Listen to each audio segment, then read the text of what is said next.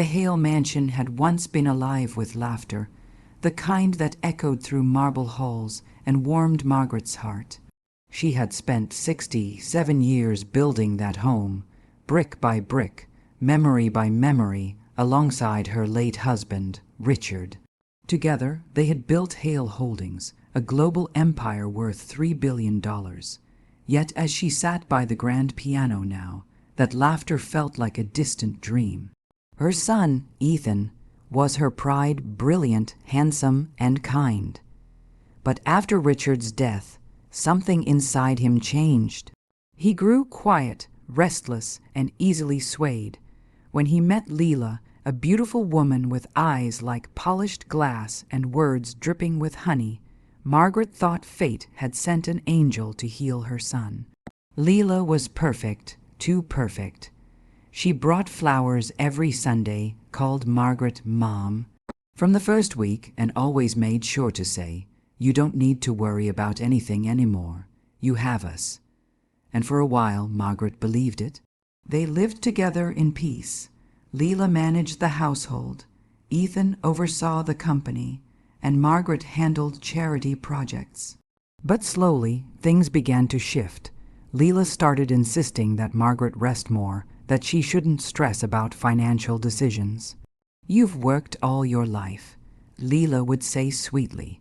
"Let Ethan handle the numbers. He's your son, after all." Margaret wanted to believe her. But one evening, as she passed Ethan's office, she heard whispers, Leela's voice, low and sharp. "She's old, Ethan. She doesn't even know what half these companies do anymore. You deserve to take charge before she gives it all away." Margaret froze, her heart tightening like a fist. She wanted to burst in and demand an explanation, but she didn't. She smiled at breakfast the next morning, pretending nothing had changed. Yet deep inside, the seed of doubt had been planted. Days turned into weeks, and the sweet daughter-in-law became colder, more controlling.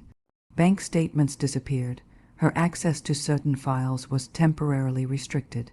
And when Margaret confronted Ethan, his eyes didn't meet hers. "Mom," he said softly, "Leela's just helping. You're tired. Let us handle things." It was then she realized the home she built with love had become a stranger's house. Her trust, once her greatest strength, had turned into her weakness. One night, as she stood on the balcony looking at the stars, Margaret whispered to herself, "Richard, I think I've welcomed a serpent into our home." She didn't know then how right she was, or how far that serpent would go to claim her fortune. For now she smiled through the pain, unaware that the betrayal was already set in motion, and that soon her own family would turn her home into a cage. It happened on a stormy night, the kind where thunder rolled like a warning from heaven. Margaret had just finished her evening tea when Leela appeared at the door, her smile unusually tight. "Mother," she said softly, "Ethan and I are worried. The security team reported strange noises in the West Wing. It might be best if you rest in the safe room tonight, just for your protection." Margaret hesitated. The safe room had been her late husband's idea, a sealed chamber built beneath the library, with steel doors, emergency supplies, and surveillance access to the whole mansion. She had rarely used it, but the way Leela's tone wrapped around her, so gentle yet commanding, made refusal feel almost rude. So Margaret nodded, walking with her to the heavy metal door. Leela handed her a cup of chamomile tea, the aroma strong and slightly bitter. "You'll be safe here, Mom," she whispered, pressing a hand over her heart. "We'll see you in the morning." The door closed. And then click, a sharp metallic lock, followed by silence. At first, Margaret thought it was a mistake. She called out, her voice echoing in the cold room, "Leela, Ethan," no response, only the distant rumble of thunder. She tried the handle, locked from the outside. Panic rose, slow and suffocating. She banged on the steel door, shouting for her son. Then she heard the muffled voices, Leela's laughter, Ethan's uneasy murmur. "It's for her own good," Leela said. Once the transfer's done, she won't even know what happened. She'll find out. Ethan whispered. No, she won't. She's too old, too weak. By tomorrow, she'll just be another forgotten woman. Margaret froze, every word sinking like glass into her heart. Her own son, her blood, standing outside the door, helping to steal her life's work. She pressed her trembling hands against the cold wall, tears blurring her vision. For the first time, she truly felt old, not because of age, but because of betrayal. Hours passed, then days. They left her food occasionally, sliding it through the slot, pretending it was for her safety. But she knew. They were stalling, waiting for the money to move, for signatures to verify, for power to change hands. But they underestimated her. Margaret hadn't built an empire by being naive. That safe room, her prison now, had secrets even they didn't know. A ventilation panel hid a small safe. Inside it was a phone, water, a flashlight, and a spare key. She had designed it with Richard decades ago. Her hands shook as she unlocked the panel. The small phone still had service. She didn't call the police.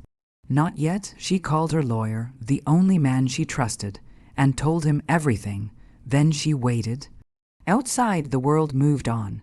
Leela and Ethan flew to Monaco, smiling for cameras, posing as the new billionaires of Hale Holdings. They thought she was helpless, perhaps even dead. But Margaret was still breathing, still watching, still planning, and when the time came, she promised herself they would learn what it truly meant to betray a mother. 3 weeks passed. The mansion stood quiet, seemingly abandoned, its grand halls echoing only with the wind and the faint sound of dripping rain. Outside, the world believed the house was empty, that Margaret Hale, the matriarch, had vanished without a trace. Meanwhile, in Monaco, Leela and Ethan reveled in their ill-gotten fortune. Champagne flowed, yachts sailed, and headlines praised the new era of Hale Holdings. They were untouchable, or so they thought, but Margaret had not been idle. From her hidden safe, she had monitored every transaction. Every wire transfer, every forged signature, every attempt to access her real accounts, frozen. The $3 billion they stole was fake, diverted through layers of shell corporations. Every move was documented, every betrayal recorded, and every lie captured, and now it was time. The day they returned to sell the mansion, confidence in their stride, they were greeted by an unfamiliar sight. The gates, once rusted and closed, opened with a creak. Lights flickered on inside, chandeliers sparkling, as though the house itself had been waiting. The scent of baked apple pie wafted through the halls, mingling with fresh flowers placed meticulously along the corridors. "Mom," Ethan's voice cracked as he stepped inside. Leela froze, her perfect composure faltering. How is this possible? From the shadows, Margaret emerged, poised, elegant, unbroken. Silver hair gleamed, eyes sharp and unwavering. She was not the frail woman they had mocked, not the victim they had counted on. She was a queen returning to claim her throne. "I've been waiting," Margaret said softly, almost tenderly, "but not for you to come back. I've been waiting for the truth to show itself." She gestured toward the dining room. A USB stick lay on the table. Everything you did. Every forged document, every stolen account, all recorded. And the $3 billion you took. She smiled, coldly now. That was a shadow, a ghost. You spent weeks enjoying money that never existed. Panic clouded their faces. The realization hit like ice water. Their empire, built on lies and betrayal, was crumbling. Their freedom evaporated with every word Margaret spoke. Outside, the distant wail of sirens grew louder. Police had traced the transfers, verified the recordings, and were now approaching the mansion. Leela's knees buckled. Ethan clutched his head. Margaret, standing tall in her legacy, whispered, "You thought you could cage me. You thought you could rewrite my life, but I am Hale, and nothing, not even blood, can steal who I am." For the first time, they saw her clearly. Not as a mother, not as a grandmother, not as someone they could manipulate, but as the unstoppable force she had always been. The game had changed. The hunter had become the queen. The sirens were closer now, echoing through the mansion's vast halls. Leela's flawless mask had crumbled entirely. Ethan's arrogance had vanished like smoke. Outside, police cars and armored vans surrounded the estate, their lights casting a harsh red and blue glow on the manicured gardens. Margaret sat at the dining table, calm, composed, and almost serene. In front of her lay the evidence, USB containing months of recordings, signed confessions, and every fraudulent transfer meticulously documented. Every act of betrayal was captured, a mosaic of greed, lies, and treachery.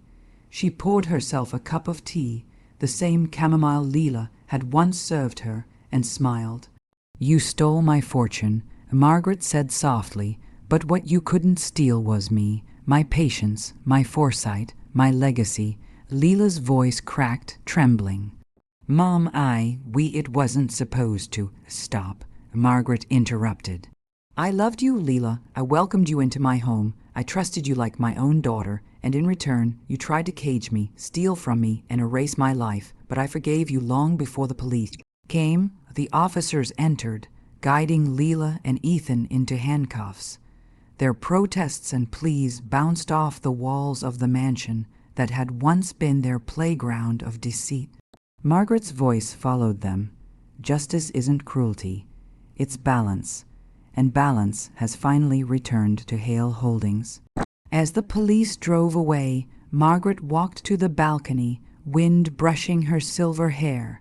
She could see the first light of dawn breaking over the horizon.